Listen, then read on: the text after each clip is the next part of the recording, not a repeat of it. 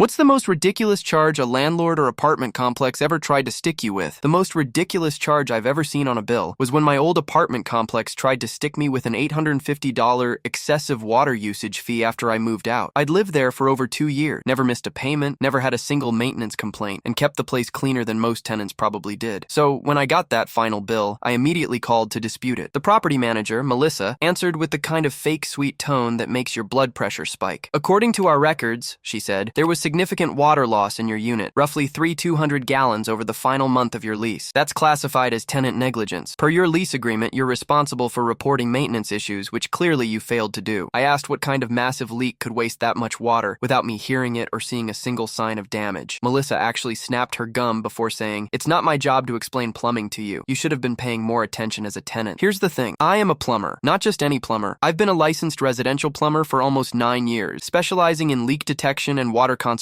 systems. I'm borderline obsessive about checking for leaks because I know exactly how expensive and damaging they can get. There had been no leaks while I lived there. I told Melissa all of this, thinking she might reconsider. She actually laughed and said, "Well, clearly you're not as good at your job as you think because the numbers don't lie." That's when I knew something smelled fishy. That weekend, I drove back to the complex with my tool bag. I knocked on the door of my old unit, and a college kid named Ryan opened the door looking confused. I introduced myself and explained why I was there. His face lit up immediately. "Dude, this makes so much sense," Ryan said. "The toilet in the main bathroom has been running constantly since I moved in. It literally never stops. Like, I can hear it from my bedroom at night." Bingo. "Did you report it to the office?" I asked. 3 times, Ryan groaned. "I even walked in there once, and they just keep saying, 'We'll send maintenance,' but nobody ever shows up." He let me inspect it, and within seconds I found the culprit. The rubber flapper valve inside the tank was warped and cracked, stuck wide open. A part that costs $3 at any hardware store and takes 5 minutes to replace had been wasting water 24/7 for weeks. I took photos, videos, recorded the water flow rate, and even estimated the exact amount of water wasted based on the flush cycle. Ryan showed me his move-in checklist too, signed by management, stating toilets in working condition at the time of his move-in. Case closed. This leak started after I moved out. I called Melissa back that night. "Melissa," I said calmly, "your supposed tenant negligence was actually your own maintenance staff ignoring service requests. I have documented proof, videos, and a witness statement. Would you like me to send those directly to corporate or straight to small claims court?" She went quiet for a second, then tried to argue. "Well, how do we know when the leak really started?" I smiled and replied, "Because I just inspected it myself, professionally. Oh, and I emailed you something just now. Check your inbox." There was silence, then a nervous, "What did you send?" "My invoice," I said. "Since your staff clearly needed a professional to identify this leak, I've billed you $850, my standard emergency diagnostic rate." The charge magically disappeared from my bill later that day.